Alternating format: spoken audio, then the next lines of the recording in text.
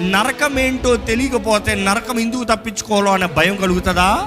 యేసు ప్రభు నరకం గురించి చెప్తాను. అంశం ఏంటంటే అది ఎంత క్రూరమైందో, ఎంత భయంకరమైందో అది తెలుసుకుంటే భయపడతాం. అలాంటి జీవితం నాకు వద్దు, ఆ స్థలము నాకు వద్దు అని. అసలు నరకం ఎవరి కొరకు సిద్ధపరచబడింది?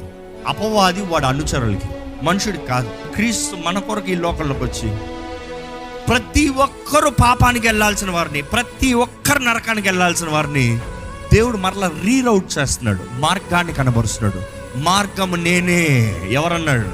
యేసు. సత్యము నేనే, ఎవరన్నారు? యేసు. జీవము నేనే, ఎవరన్నారు? ఆయన మాత్రమే. తప్పిపోయే మనల్ని మరలా వెతికి రక్షిస్తానికి యేసు ప్రభు ఈ లోకంలోకి వచ్చాడు.